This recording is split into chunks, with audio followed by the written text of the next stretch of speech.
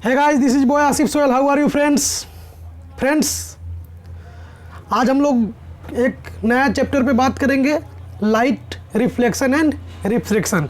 सबसे पहले हम लोग ये जानेंगे कि लाइट होता क्या है, लाइट का यूज क्या है और लाइट इतना ज़रूरी क्यों है कि क्लास 10th में हम लोग को पढ़ना है। सो दोस्तों, हम लोग लाइट के बारे में आज हम लोग बिल्कुल अच्छी से स्टडी करेंगे। ये हम लोग का इंट्रोडक्शन लेक्चर है और इस इंट्रोडक्शन लेक्चर में हम लोग बहुत सीखेंगे। सबसे पहले दोस्तों आप ये सोचिए कि अगर ये लाइट ना होता तो क्या होता। तो देखिए, अगर ये लाइट ना होता तो मेरा लेक्चर कुछ इस प्रकार का दिखाई देता। जैसे कि आप लोग देख रहे हैं कि मेरा लेक्चर में पूरा क्या हो गया है, अंधेरा छा गया है। नहीं, अंधेरा छा गया है, यानी लाइट ना होता तो मेरा जो लेक्चर होता है ये अंधेरा छा गया हो गया। ये जो मैं वीडियो को रिकॉर्ड कर रहा हूँ, ये वीडियो रिकॉर्ड ना हो पाता। आप लोग जिस रूम में, जिस मोबाइल फ़ोन से ये मेरा वीडियो देख रहे होंगे वो वीडियो नहीं देख पाते। इसीलिए हम लोग के लाइफ में लाइट का होना बहुत ज़्यादा क्या है, ज़रूरी है। सो गाइज, लाइट का होना बहुत ज़्यादा ज़रूरी है। यानी आप एक पल के लिए सोचिए, इन दिस 21st सेंचुरी अगर ये लाइट ना होता तो हम लोग कैसे सर्वाइव करते।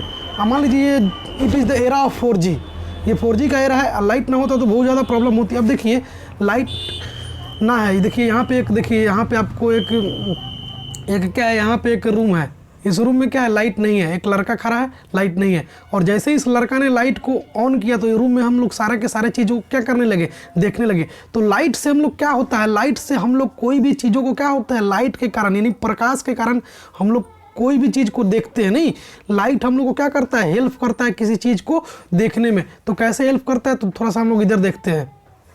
देखिए, how do we seeing things, हम लोग कोई भी ऑब्जेक्ट को कैसे देखते हैं, what is the reason behind it while watching any object by our eyes. तो देखिए क्या होता है, लाइट जो होता है, कोई जैसे मेरे सामने एक लाइट लगा हुआ है, वो मेरे लाइट मेरे ऊपर पड़ रहा है। लाइट का जो रे है, लाइट का जो किरण है मेरे ऊपर पड़ रहा है, और मेरे ऊपर पड़ने के बाद वो आपके आंखें में जा रहा है या फिर इस कैमरा में जा रहा है। तो कैमरा में मेरा क्या आ रहा है, फिगर आ रहा है। यानी आप हमको कैसे देख रहे हैं, आप हमको इस वजह से देख रहे हैं कि आप कि मेरे ऊपर से लाइट रिफ्लेक्ट करके आपके ऊपर जा रहा होगा, आपके आंखों में जा रहा होगा, तो आप लोग उस मेरे को देख रहे हैं। तो देखिए, जैसे मान लीजिए इस पेड़ है, ये पेड़ है, क्या है, ये पेड़ है। इस पेड़ को हम लोग को क्या करना है, देखना है। तो ये पेड़ हम लोग को कैसे दिखाई देगा, एक सन से लाइट किस पे पड़ता है, इस ट्री पे पड़ेगा, और ट्री इस लाइट को, सन के लाइट को रिफ्लेक्ट करता है कहाँ पे, हम लोग के आंखों पे, और हम लोग के आंखों में इस ट्री का इमेज बनता है। तो हम लोग को क्या होता है, दिखाई देता है। तो इसीलिए जब हम लोग बोलते हैं क्या, कि जब देखिए यहाँ पे डार्क रूम है, तो डार्क रूम में कोई चीज़ हम लोग को दिखाई नहीं दे रहा है। क्यों? क्योंकि लाइट इस पर कोई पड़ नहीं रहा है, और इस पर लाइट कोई पड़ नहीं रहा है, इस पर लाइट कोई आ नहीं रहा है। तो कोई चीज़ को रिफ्लेक्ट नहीं कर पा रहा है, और रिफ्लेक्ट नहीं कर पा रहा है तो हम लोग देख नहीं रहे हैं। अब जैसे ही मैंने लाइट को ऑन कर दिया, तो ऑन करने के बाद क्या होता है दोस्तों, कि लाइट एक दूसरे ऑब्जेक्ट पर क्या होता है, वो पड़ने लगता है। एक दूसरे ऑब्जेक्ट पे लाइट क्या होता है, आने लगता है, और एक दूसरे ऑब्जेक्ट पे लाइट आता है। तो जो ऑब्जेक्ट पे लाइट गिरता है, वो ऑब्जेक्ट उस लाइट को क्या करता है, बाउंस बैक कर देता है, रिफ्लेक्ट करता है। इसी वजह से क्या होता है, लाइट हम लोग को कोई भी चीज़ क्या होता है, दिखाई देता है। तो देखिए, यहाँ पे लाइट नहीं है तो हम लोग को कुछ दिखाई नहीं दे रहा है। यहाँ पे लाइट है तो सारा चीज़ दिखाई दे रहा है। क्यों दिखाई दे रहा है? क्योंकि यहाँ पे आपको बताया कि लाइट कोई ऑब्जेक्ट पे पड़ता है, और वो ऑब्जेक्ट उस लाइट को रिफ्लेक्ट करता है, और रिफ्लेक्ट करने के बाद वो मेरे आँखों में आता है। हम लोग के आँखों उस लाइट को देखता है। तो हम लोग आँख कैसे देखता है, ये सब चीज़ हम लोग को आगे पढ़ना है, अभी नहीं। अब देखिए दोस्तों, हम लोग आगे देखते हैं कि जैसे हम लोग इस चैप्टर में बहुत सारी चीज़ों को कवर करेंगे। जैसे क्या क्या कवर करेंगे, ट्विंकलिंग ऑफ स्टार कवर करेंगे, फॉर्मेशन ऑफ रेनबो, यानी रेनबो का फॉर्मेशन कैसे होता है, लाइट के कारण ही होता है। हम लोग के आकाश में तारे जो टिमटिमाते हुए दिखाई देते हैं, वो भी हम लोग के प्रकाश का ही कारण दिखाई देते हैं। हम लोग का जो गाड़ी में मिरर लगा रहता है देखने के लिए, वो भी लाइट के ही कारण। हम लोग कोई भी मिरर देखते हैं, हम लोग आईना के सामने खड़ा हो जाते हैं, एक कैमरा का फंक्शन है। सारे के सारे चीज़ लाइट के कारण ही होता है। अगर लाइट ना होता तो ये कोई फेनोमेना नहीं होता है, आप सोच सकते हैं। अब देखिए दोस्तों, हम लोग जैसे कि हम बताएं कि ये मेरा इंट्रोडक्शन लेक्चर है, इसमें हम लोग ज़्यादा कुछ नहीं पढ़ेंगे। इसमें हम लोग क्या क्या पढ़ेंगे, एक इंट्रोडक्शन अभी कर लिए कि लाइट क्या होता है। Light is a form of energy, आप लोग ये भी जानते होंगे कि लाइट का एक प्रकार का फॉर्म ऑफ एनर्जी है। उसके बाद लाइट के कारण हम लोग कोई चीज़ को क्या करते हैं, देखते हैं। तो आप देखिए दोस्तों, इंट्रोडक्शन हम लोग देख लिए। इंट्रोडक्शन फर्स्ट लेक्चर में हम लोग इंट्रोडक्शन देखेंगे, और रिफ्लेक्शन और स्फेरिकल मिरर क्या होता है, रिफ्लेक्शन क्या होता है, स्फेरिकल मिरर क्या होता है, वो हम लोग फर्स्ट लेक्चर में ही देखेंगे।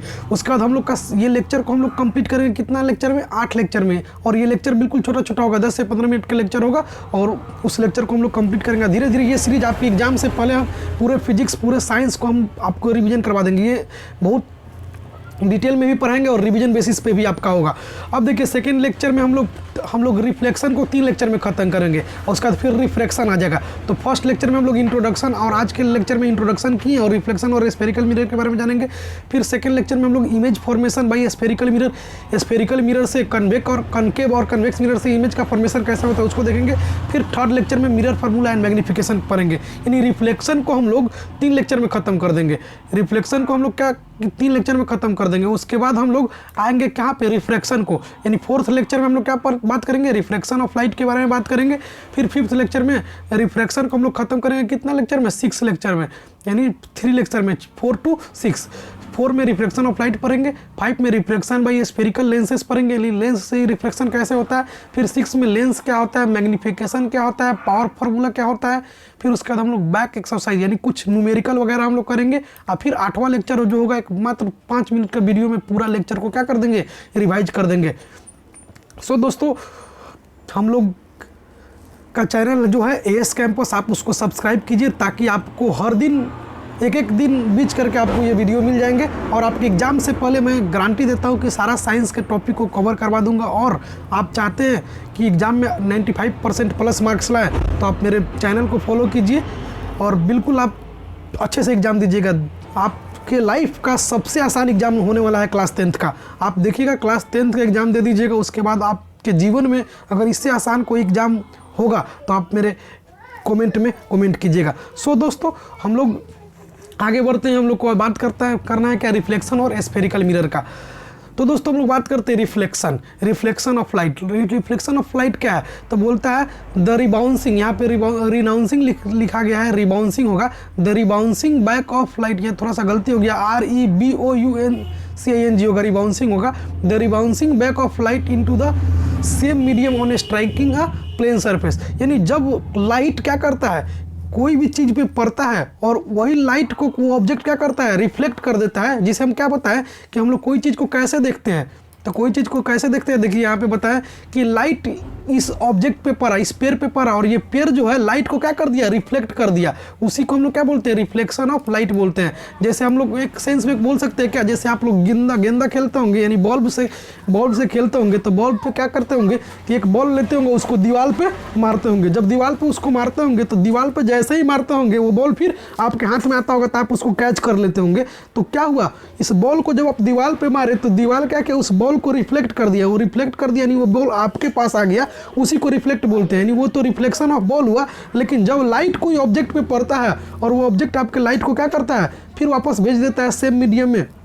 जैसे लाइट किसी टर्च दीवार पे मारे और दीवार पे गया टर्च का रोशनी, टर्च का लाइट दीवार पे गया और दीवार हम लोग को क्या हुआ, दिखाई देने लगा। तो दीवार जब दिखाई देने लगा तो क्या हुआ कि दीवार उस लाइट को मेरे आंखों में रिफ्लेक्ट कर दिया और हम लोग उस दीवार को क्या किए, देखने लगे। तो उसी को क्या बोलते हैं, रिफ्लेक्शन ऑफ लाइट बोलते हैं। रिफ्लेक्शन ऑफ लाइट क्या है, the rebouncing back of light in same medium on striking plane surface that is called reflection of light. देखिए जैसे ये क्या है, ये पेड़ है, पेड़ के नीचे क्या है, एक समुद्र है, समुद्र में पेड़ का परछाई आ रहा है, यानी क्या है, ये भी रिफ्लेक्शन का पार्ट है। देखिए यहाँ भी एक पेड़ है और नीचे पानी है, ऊपर आकाश है, तो नीचे पानी में पूरा आकाश और ये पेड़ का क्या आ रहा है, ट्री का फिगर बन जा रहा है, यानी ये सब क्या है, रिफ्लेक्शन है। तो रिफ्लेक्शन आपको समझ में आ गया कि जब कोई ऑब्जेक्ट पे लाइट पड़ता है और वो ऑब्जेक्ट उस लाइट को क्या करता है, रिफ्लेक्ट कर देता है, तो हम लोगों को वो चीज़ दिखाई देता है, उसी को हम लोग क्या बोलते हैं, रिफ्लेक्शन ऑफ लाइट बोलते हैं। आगे हम लोग बात करते हैं रिफ्लेक्शन के लॉज को। लॉज ऑफ रिफ्लेक्शन क्या होता है, तो रिफ्लेक्शन के 2 लॉज होता है, एक फर्स्ट लॉज और सेकेंड लॉज। फर्स्ट लॉज क्या होता है, फर्स्ट लॉज होता है कि the angle of incidence is equal to angle of reflection. तो एंगल ऑफ जो एंगल ऑफ इंसिडेंस होता है वो एंगल ऑफ रिफ्लेक्शन के इक्वल होता है। तो एंगल ऑफ इंसिडेंस और एंगल ऑफ रिफ्लेक्शन क्या होता है अभी हम आपको समझाएंगे। फिर दूसरा लॉ क्या होता है, the incident ray, the normal and the reflected ray all lies in the same plane. जो इंसिडेंट रे होता है, नॉर्मल होता है और रिफ्लेक्टेड रे होता है, वो सब के सब एक ही प्लेन में क्या करते हैं, लाई करते हैं, एक ही प्लेन में बनते हैं। तो अब बात करते हैं, देखिए यहाँ पे इस फिगर को देखिए, इस फिगर में क्या है, एक प्लेन मिरर है, एक प्लेन सरफेस है। इस प्लेन सरफेस पे क्या किए हम, एक लाइट को क्या कराए, इंसिडेंट कराए। इस प्लेन सरफेस पे हम क्या करवाएं, एक लाइट को, यहाँ पे 1 मिनट आप लोग ध्यान दीजिएगा। इस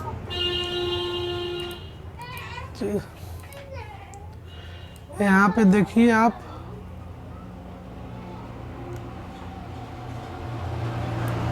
यहाँ पे देखिए एक लाइट रे क्या हो रहा है, आ रहा है, एक लाइट रे यहाँ पे क्या हो रहा है, आ रहा है। यानी ये जो लाइट रे इस मिरर पे आया, इसको हम लोग क्या बोलेंगे, इंसिडेंट रे बोलेंगे। इसको क्या बोलेंगे, इंसिडेंट रे बोलेंगे। क्यों, क्योंकि लाइट इंसिडेंट हुआ। इंसिडेंट मतलब गिरना। ये लाइट एक मिरर पे क्या हुआ, गिरा।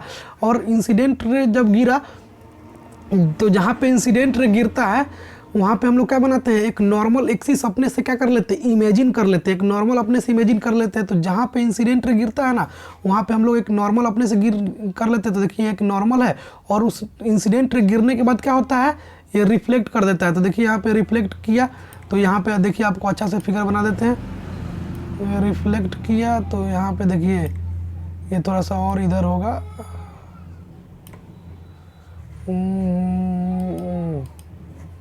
यहाँ से देखिए, यहाँ से जाएगा। देखिए फिगर पे नहीं गया है एग्जैक्ट। तो देखिए इंसिडेंट रे इस रे को बोलते हैं, जो रे कोई प्लेन सरफेस पे क्या होता है, इंसिडेंट करता है। जैसे हम टर्च मारे तो टर्च को क्या किए, इंसिडेंट कराएं कोई चीज़ पे, तो उसको हम लोग इंसिडेंट रे बोलते हैं। और रिफ्लेक्टेड रे किसको बोलते हैं, जब वो वहाँ पे गिरने के बाद क्या होता है, फिर बैक कर जाता है। जैसे हम लोग बॉल फेंके, तो बॉल फेंके तो क्या हो गया, इंसिडेंट रे हो गया, इंसिडेंट बॉल हो गया। और फिर बॉल उधर से वापस आया तो क्या हो गया, रिफ्लेक्टेड बॉल हो गया, नहीं वो रिफ्लेक्टेड रे हो गया।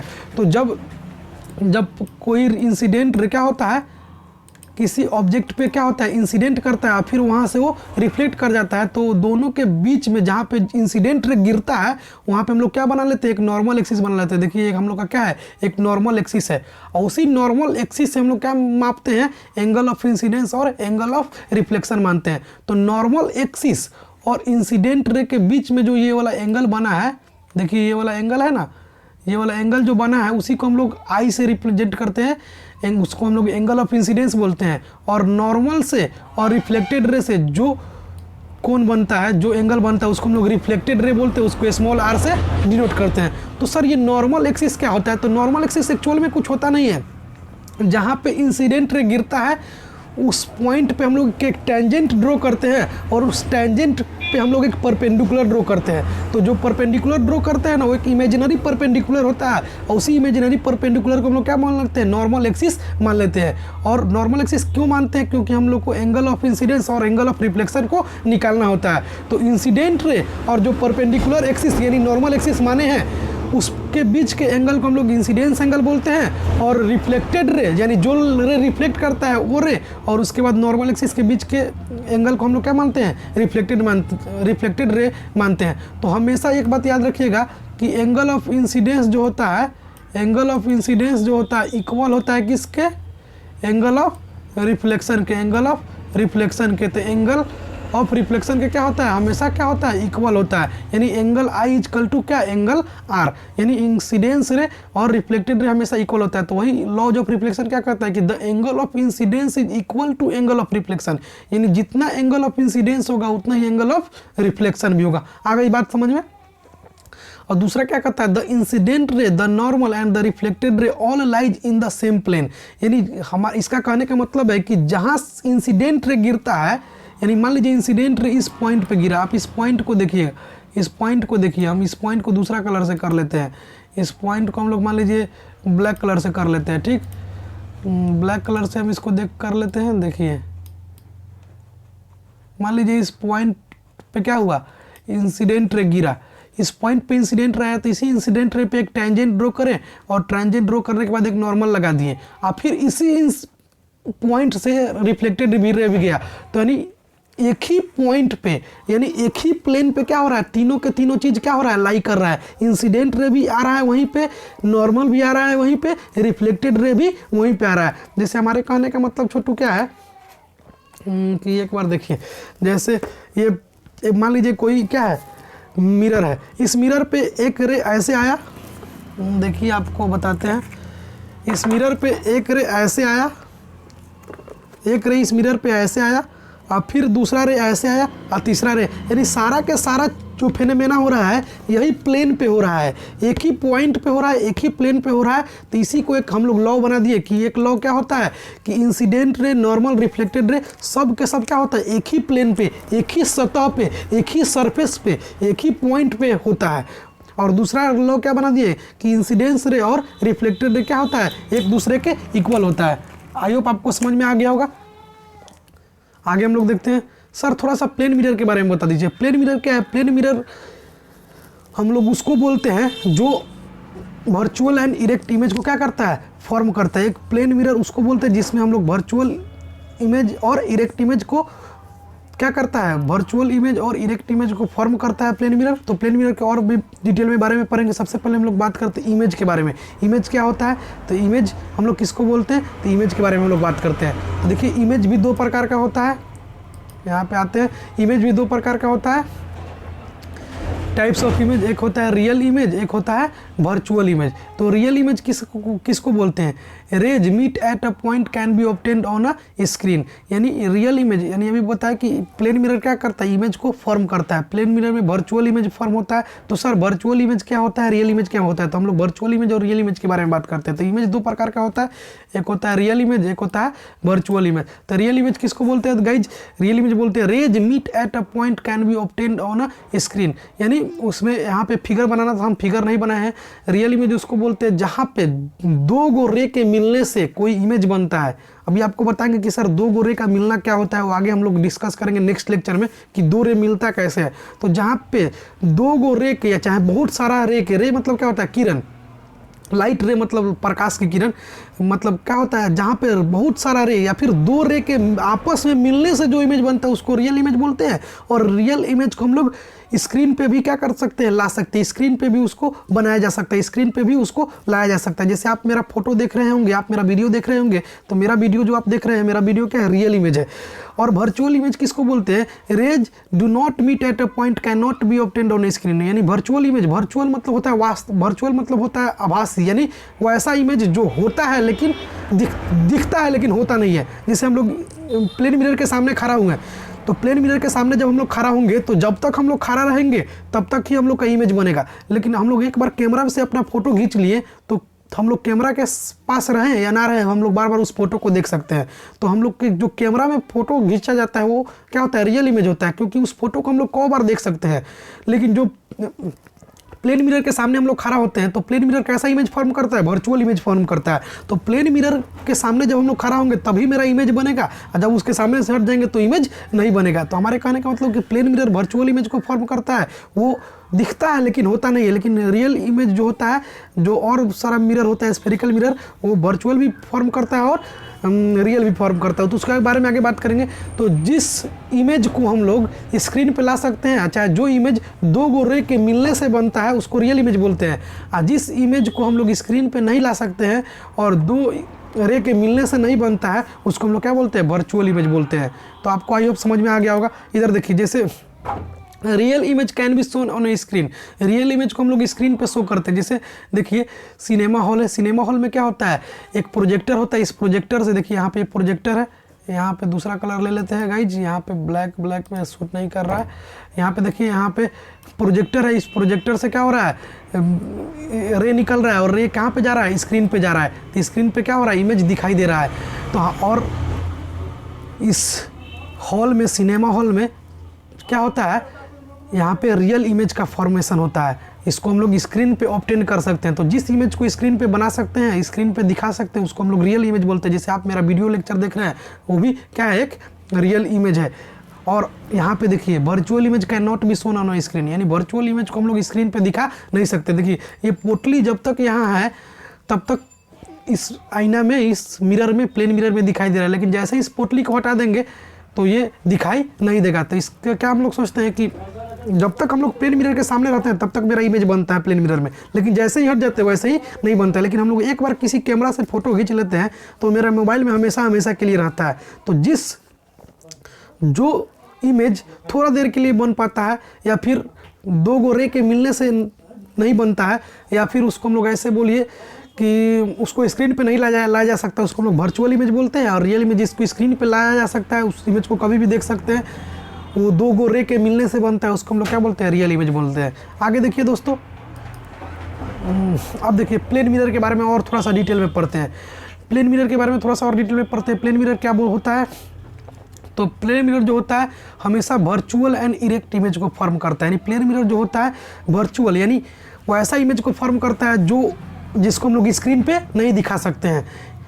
तभी बता दी कि वर्चुअल कैसा होता है। और इरेक्ट मतलब सीधा, यानी जैसे हम आईना के सामने आप सीधा खड़ा होइएगा तो आपका सीधा ही इमेज बनेगा। लेकिन और मिरर में ऐसा नहीं होता है, उसके बारे में हम लोग आगे डिटेल में पढ़ेंगे। Size of object is size of image, यानी जितना बड़ा ऑब्जेक्ट होता है उतना ही बड़ा इमेज का साइज भी बनता है। देखिए यहाँ पे ये मिरर हो गई, ये मिरर में ये लड़की का साइज इतना है, तो इधर भी इसका इमेज का भी साइज क्या होगा, इतना ही बनेगा। यानी लड़की जितना बड़ी है उतना ही बड़ी उसका इमेज भी बनेगा। ऐसा नहीं है प्लेन मिरर में।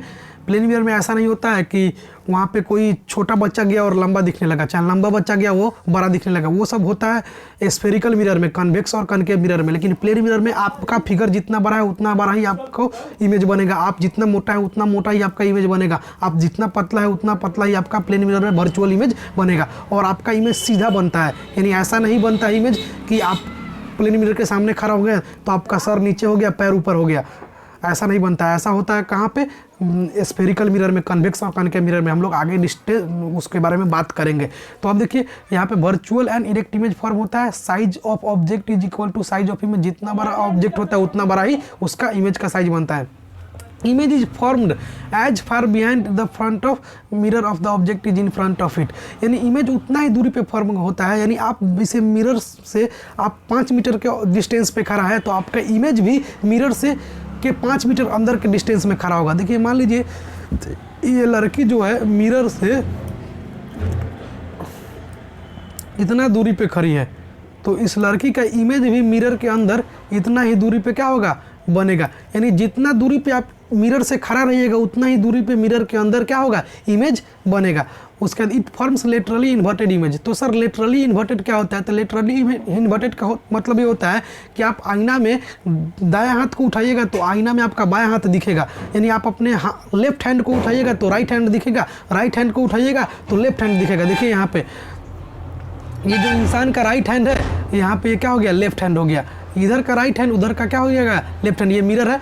तो हमारे कहने का मतलब कि प्लेन मिरर कैसा इमेज फॉर्म करता है, वर्चुअल एंड इरेक्ट इमेज को फॉर्म करता है। दूसरा size of object is size of image, यानी जितना बड़ा ऑब्जेक्ट होता है उतना ही साइज का इमेज भी बनता है। तीसरा इमेज जितना मिरर से जितना दूरी पे आप खड़ा रहिएगा मिरर के अंदर उतना ही दूरी पे आपका इमेज बनेगा। उसके बाद ये लेटरली इन्वर्टेड इमेज फॉर्म करता है। लेटरली इन्वर्टेड कहने का मतलब कि आप लेफ्ट हैंड को उठाइएगा तो आपका इमेज राइट हैंड में उठेगा, मिरर में राइट हैंड उठेगा। आप मिरर में राइट हैंड को उठाइएगा तो आपका लेफ्ट हैंड उठेगा। तो प्लेन मिरर के बारे में आप बहुत कुछ सीख लिए होंगे। अब हम लोग बात करते हैं स्फेरिकल मिरर के। स्फेरिकल मिरर किसको बोलते हैं, mirror with curved reflecting surface are called spherical mirror. वो ऐसा मिरर जिसका रिफ्लेक्टिंग सरफेस कर्व होता है, चम्मच के जैसा आकार होता है, स्पून के जैसा आकार होता है, उसी को हम लोग स्फेरिकल मिरर बोलते हैं। स्फेरिकल मिरर 2 टाइप्स का होता है। Concave mirror whose bent in surface is reflecting surface. Concave mirror ये है, देखिए यहाँ पे कनकेव मिरर ये है, यानी इसका सरफेस कौन है, देखने वाला। इधर वाला सरफेस पे हम लोग क्या करेंगे, देखेंगे इधर वाला सरफेस क्या है, रंगा हुआ है। और दूसरा होता है convex mirror whose bulging out surface is reflecting surface. यहाँ पे देखिए इधर वाला सरफेस से हम लोग क्या करेंगे, देखेंगे। कन्वेक्स मिरर ये है, इधर का सरफेस क्या है, रंगा हुआ है, इसमें इधर का सरफेस रंगा हुआ है, इधर के सरफेस से देखेंगे तो देखिए एक ऐसे है, यानी चम्मच की तरह। अगर हम लोग इधर से देखेंगे तो ये कनकेव हो जाएगा, अगर हम लोग इधर से देखेंगे तो क्या हो जाएगा, कन्वेक्स हो जाएगा। आई होप आपको समझ में आ रहा होगा कनकेव और कन्वेक्स किसको बोलते हैं। अब देखिए reflecting from convex and concave surface. अब देखिए ये आउटसाइड बॉल है, ये चम्मच के जो इस तरीके वाला पार्ट है, यानी ये क्या है, कन्वेक्स मिरर हो गया। और ये इनसाइड बॉल यानी ऐसे वाला पार्ट है, यानी ये क्या हो गया, इनसाइड बॉल, ये क्या हो गया, कनकेव मिरर हो गया। और देखिए यहाँ पे ये कौन सा मिरर है, कन्वेक्स मिरर है। तो आपको कनकेव और कन्वेक्स समझ में आ गया होगा। अब हम लोग बात करते हैं, आगे बात करेंगे कनकेव मिरर और कन्वेक्स मिरर। जब हम लोग को समझ में आ गया, स्फेरिकल मिरर समझ में आ गया, तब हम लोग बात करेंगे इसमें इमेज का फॉर्मेशन कैसे होता है। प्लेन मिरर में तो इमेज का फॉर्मेशन पढ़ लिए कि इसमें वर्चुअल एंड इरेक्ट इमेज होता है। उसमें जितना बड़ा ऑब्जेक्ट रहेगा उतना ही साइज का इमेज बनेगा। जितना पीछे मिरर के हम खड़ा रहेंगे उतना ही मिरर में भी इमेज फॉर्म होगा, इसमें लिटरली इन्वर्टेड होता है, जितना हाथ राइट हैंड उठाएंगे तो लेफ्ट हैंड उठेगा, लेफ्ट हैंड उठाएंगे तो राइट हैंड उठेगा। तो हम लोग वो सब पढ़ लिए, तो लेकिन हम लोग को बात आ गया क्या कि आखिर हम लोग स्फेरिकल मिरर में यानी कन्वेक्स और कनकेव मिरर में इमेज का फॉर्मेशन कैसे होता है। तो उसके लिए कुछ चीज़ को हम लोग पढ़ेंगे। अभी क्या चीज़ को पढ़ेंगे, तो सबसे पहले देखिए, मान लीजिए ये वाला क्या है आपका स्फेरिकल मिरर है, क्या है आपका स्फेरिकल मिरर, यानी कौन सा मिरर है, कनकेव मिरर है, क्योंकि कनकेव मिरर के अंदर वाला पार्ट से देखते हैं तो कनकेव मिरर है। इस पूरे को हम लोग अपने मन से क्या कर दिए, गोल कर दिए, तो इसका एक क्या हो गया, ये वृत्त बन गया, सर्किल बन गया। तो सर्किल का कोई ना कोई रेडियस होगा, तो एक रेडियस हो गया, ये क्या हो गया, रेडियस हो गया। इस रेडियस को हम लोग क्या बोलते हैं, सेंटर ऑफ कर्वेचर बोलते हैं। इस रेडियस को क्या बोलते हैं हम लोग, सेंटर ऑफ कर्वेचर बोलते हैं। तो सेंटर ऑफ कर्वेचर को सी से डिनोट करते हैं, देखिए यहाँ पे सेंटर ऑफ कर्वेचर लिखा हुआ है। तो जब कोई कनकेव मिरर या कन्वेक्स मिरर को हम लोग पूरा एक क्या बनाते हैं, सर्किल बना लेते हैं, तो उसका एक कोई सेंटर पॉइंट होगा, उस सेंटर पॉइंट को हम लोग क्या बोलते हैं, सेंटर ऑफ कर्वेचर बोलते हैं। अब सेंटर ऑफ कर्वेचर किसको बोलते हैं, आपको समझ में आ गया, और आपको मालूम है कि सेंटर ऑफ कर्वेचर किसको बोलते हैं। उसके बाद देखिए ये सेंटर ऑफ कर्वेचर, और आपको पता है कि एक इमेजिनरी लाइन ड्रॉ करते हैं सेंटर ऑफ कर्वेचर से पूरे मिरर तक। तो सेंटर ऑफ कर्वेचर से जो एक पूरा मिरर तक लाइन जो ड्रॉ करते हैं उसको हम लोग क्या बोलते हैं, प्रिंसिपल एक्सिस बोलते हैं। कौन सा एक्सिस बोलते हैं, प्रिंसिपल एक्सिस। और सेंटर ऑफ कर्वेचर जहाँ पे मिरर का पॉइंट खत्म होता है उस पॉइंट को हम लोग क्या बोलते हैं, पोल बोलते हैं। यानी यहाँ पे प्रिंसिपल एक्सिस को हम लोग क्या करते हैं, यहाँ पे मिरर में जब प्रिंसिपल एक्सिस टच करता है उसको हम लोग क्या बोलते हैं, पोल बोलते हैं। और सेंटर ऑफ कर्वेचर से लेके पोल तक की दूरी को हम लोग क्या बोलते हैं, रेडियस बोलते हैं। सेंटर ऑफ कर्वेचर से लेके पोल तक की दूरी को हम लोग, इस दूरी को क्या बोलते हैं, यानी इस दूरी को हम लोग क्या बोलते हैं, रेडियस बोलते हैं। आपको मालूम है कि सेंटर से लेके और पूरे वृत्त के केंद्र से लेकर जो दूरी मापी जाती है उसको हम लोग रेडियस बोलते हैं। यानी सेंटर से जो दूरी सरकमफ्रेंस तक मापी जाती है उसको रेडियस बोलते हैं, इसको रेडियस ऑफ कर्वेचर बोलते हैं। यानी इसको हम लोग इधर दिखा दिए आर से।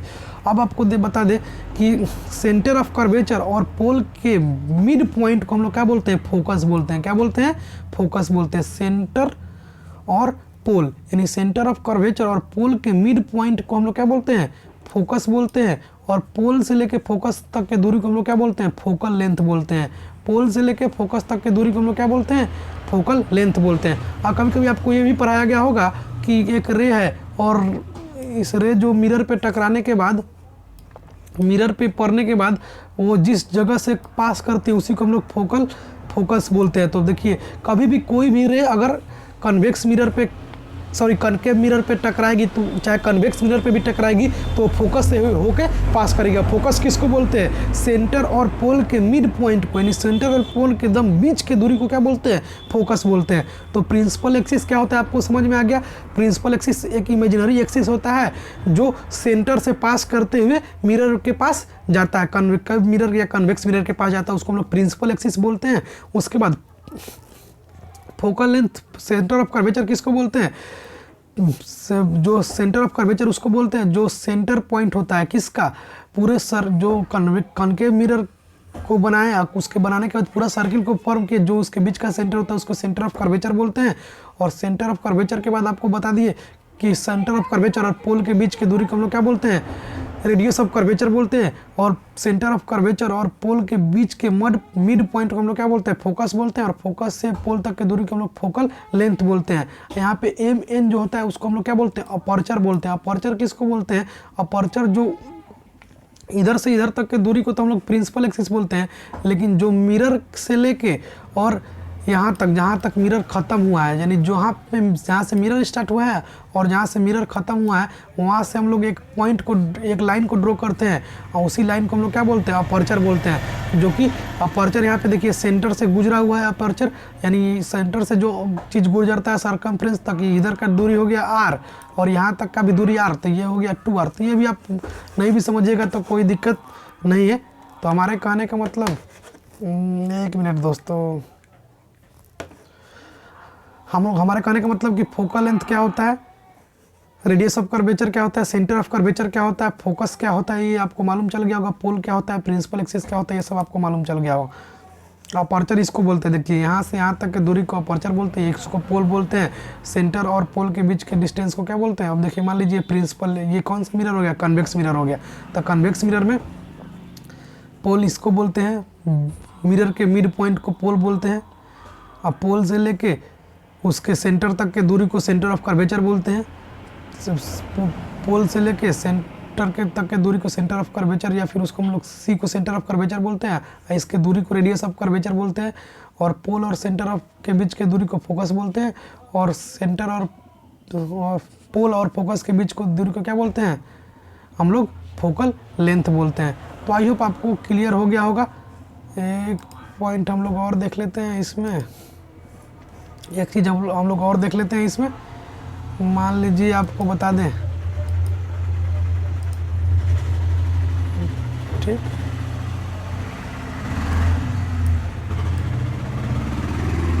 मान लीजिए